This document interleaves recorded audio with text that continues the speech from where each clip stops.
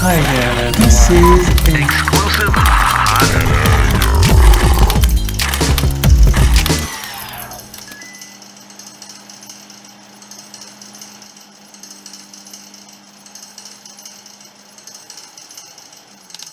Alright, hey everybody, this is Mike here. So we are going to do a video on KM4's ACK in-fed half-wave antenna. Now this is a 49:1 in-fed half-wave antenna kit. It is on his website, and you can either get an option of having a BNC connector like I did here, or you can have a SO239 connector on it. Now the kit has everything you need to build the antenna. It works without a tuner on 10 meters, 15 meters, 20, and 40 meters. And basically it is a 67-foot wire antenna that's in-fed. And everything you have is included in the kit. You get the 140-43 toroid. You get the nuts and bolts to attach the antenna. And you get the magnet wire. And basically you assemble it yourself. So this is what we're going to do. We're going to see how easy it is to assemble, and then we're going to test it out and see how well it works. Alright, so the first thing we're going to do in the kit is we have to assemble the magnet wire around the toroid. Now it comes with plenty of magnet wire, so if you do mess up, you have a little bit of extra, but don't mess up because there's not much extra. So we're going to pull this out, straighten it up, and we're going to start by doing this. Now he does have a video on link to a video on his page that tells you how to build this, but we're going to see if I can show you what you need to do as well. Alright, so to start this process, we're going to take an end of the wire and we're going to measure out about 8 inches of wire. And once we have 8 inches of wire measured out, we're just going to bend it right here back on itself. So we have a loop that's about 8 inches. And we're going to start maybe about 2.5 inches up is about where I'm going to start. We're going to pinch it together, and then we're going to use a screwdriver to just start winding the antenna. Now we're going to wind it fairly tight, but we don't want to wind it so tight that we're going to break the wire or something like that. But we do want to have a firm twist on it. You may have to use a pair of pliers or something like that to hold this end down here. But we're just going to keep winding the wire like this until we have a nice tight twist on it.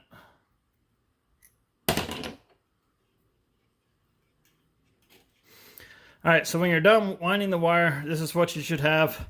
A nice tight twist on it. And then you're going to have 2 pigtails over here, one about 2.5 inches, and the other one's going to be the rest of the wire. So when we start winding this wire, we're going to go ahead and stick it through the toroid. And we're going to kind of put your hand on it right there where the split is. And you're going to wind it 2 times.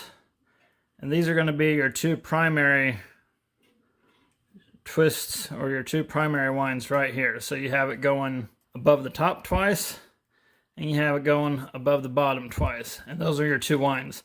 Now at this point you want to check, because it's going to sit here on the winder. And you want to make sure you have enough wire to get to the center, and you got to have enough wire to get to the tab. So as long as you have enough wire hanging out that you can get to where you need to get to, you're good. From this point, we're just going to keep winding it through, and we're going to wind it like a total of 8 times through here, and then we'll end up crossing through. And I push it through like this, and then I just grab the other end and pull it.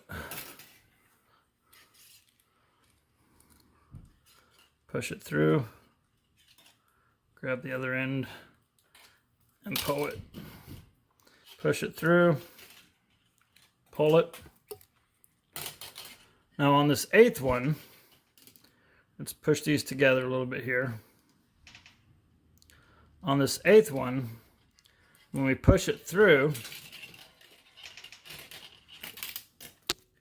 we're going to cross over it to the other side, and we're going to start winding the other way.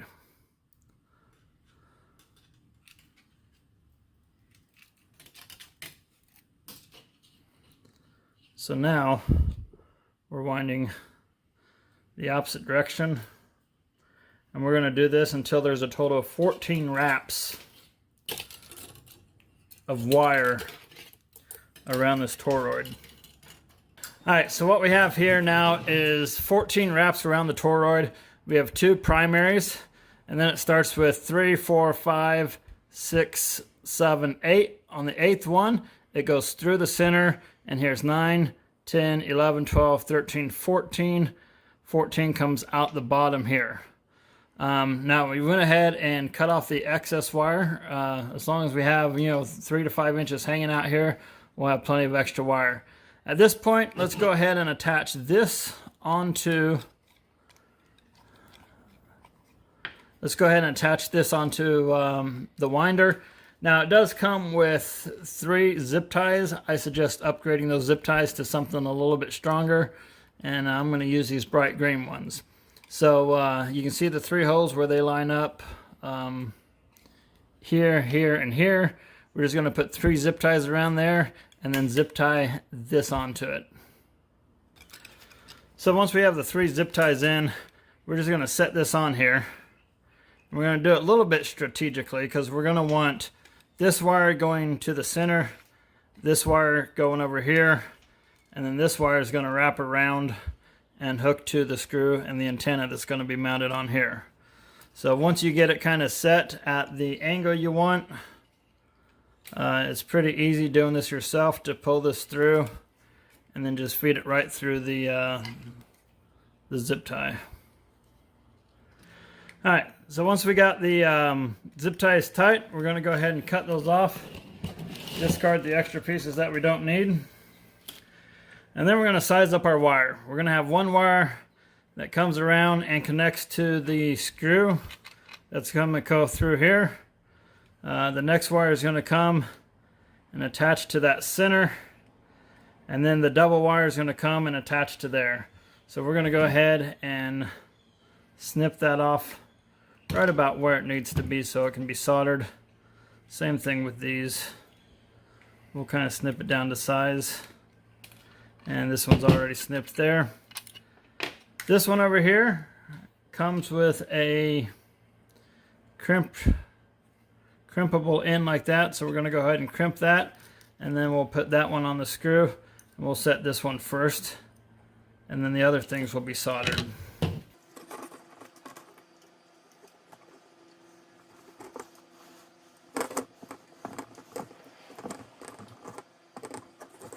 So once we get this crimped on there, you can go ahead and put the screw in it, hold it in place, flip it over.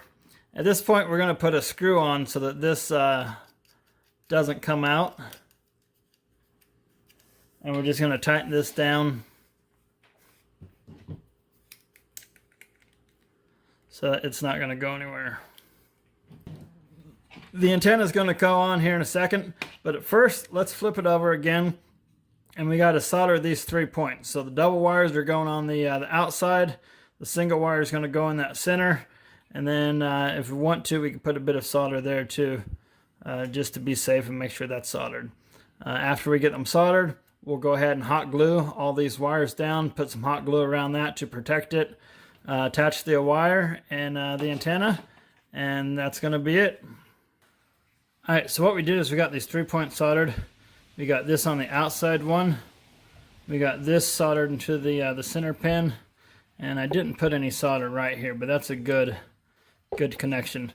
We're going to end up putting hot glue over all of this, and the hot glue is warming up.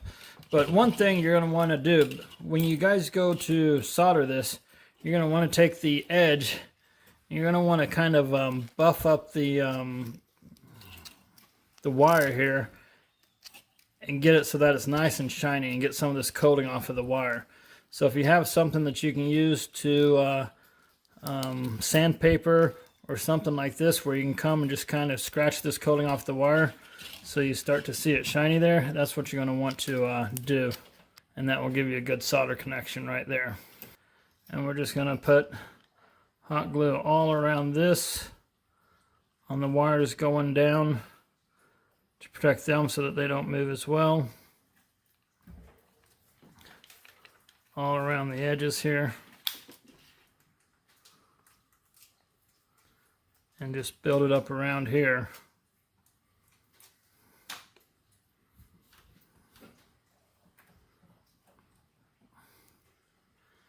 just so that we can get everything protected. I'm going to put a couple layers up under here and build that up as it dries.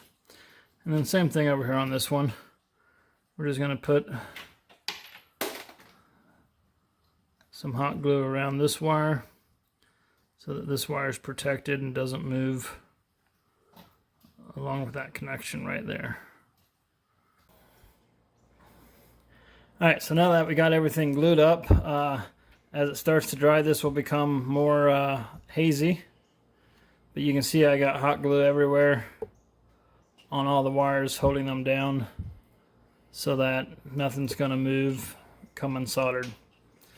Next we got to attach the antenna. So we already have the screw here. We'll go ahead and put a washer on it, throw on the antenna. Basically the antenna's connection, and then you got a strain relief right there. Let's throw on the other washer and put the wing nut on.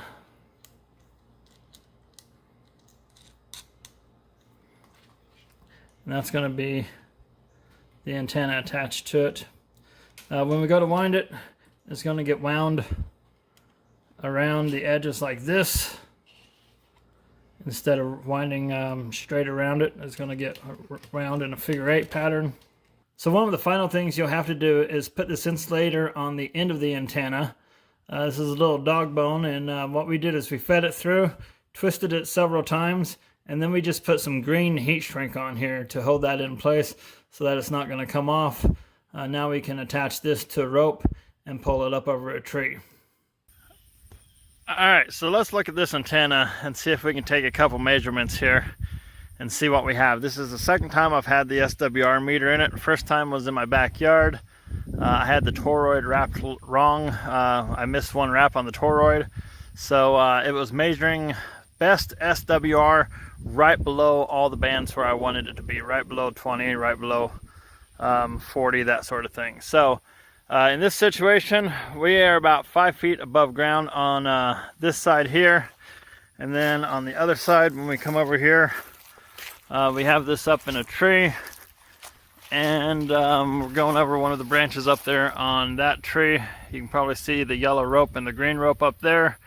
And we're going to say that's probably about 40, maybe 50 feet up. So we're going to take 50 feet up on that side, coming down to about 5 feet on this side.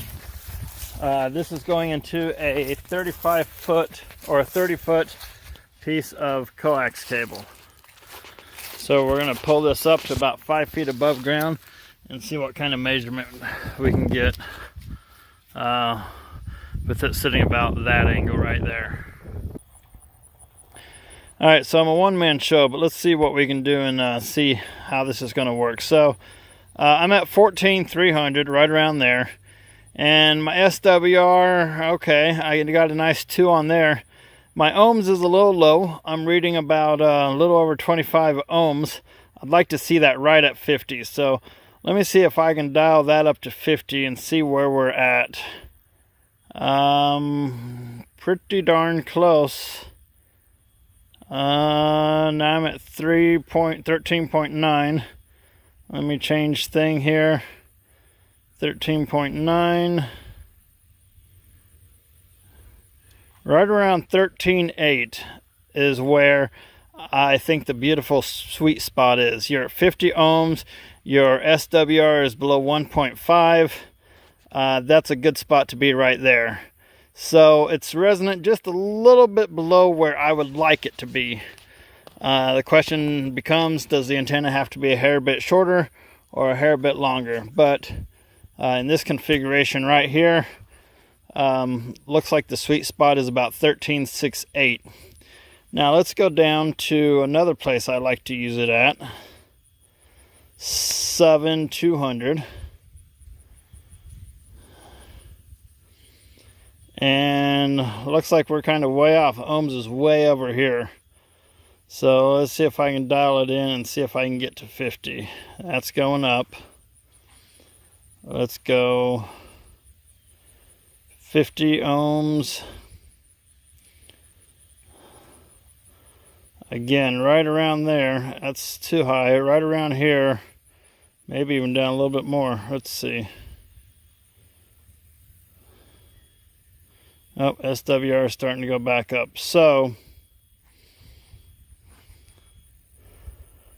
I think the best I'm going to get is right around almost 50 ohms here, and under 1.5. But again, instead of being at 72 where I'd like to be, I'm at 6.6. So just a hair under where I would like it to be.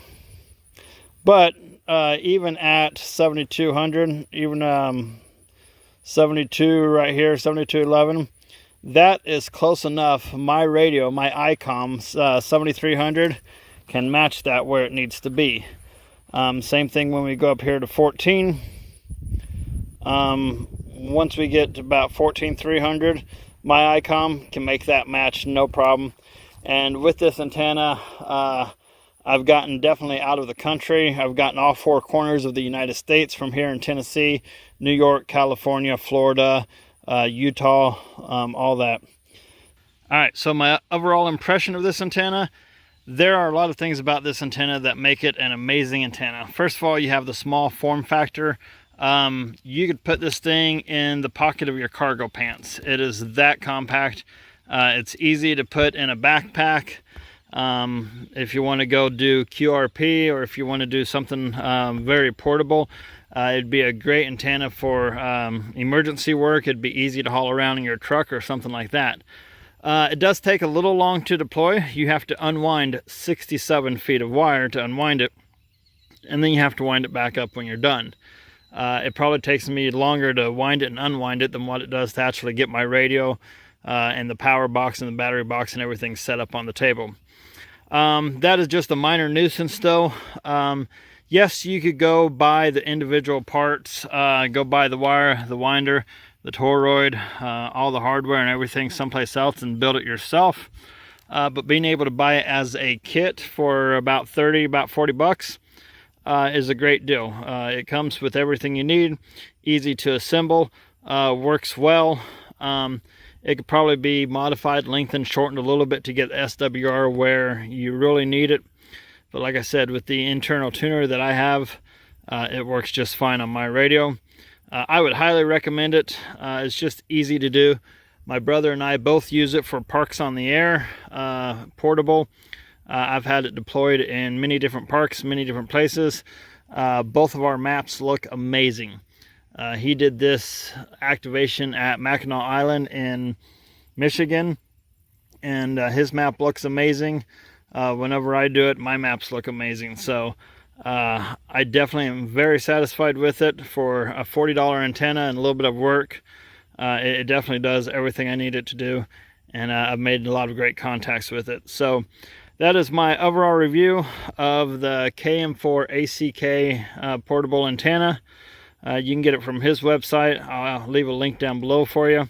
If you like this video, leave comments down below. Let me know what you think. If you've tried it before, let me know what you think of it.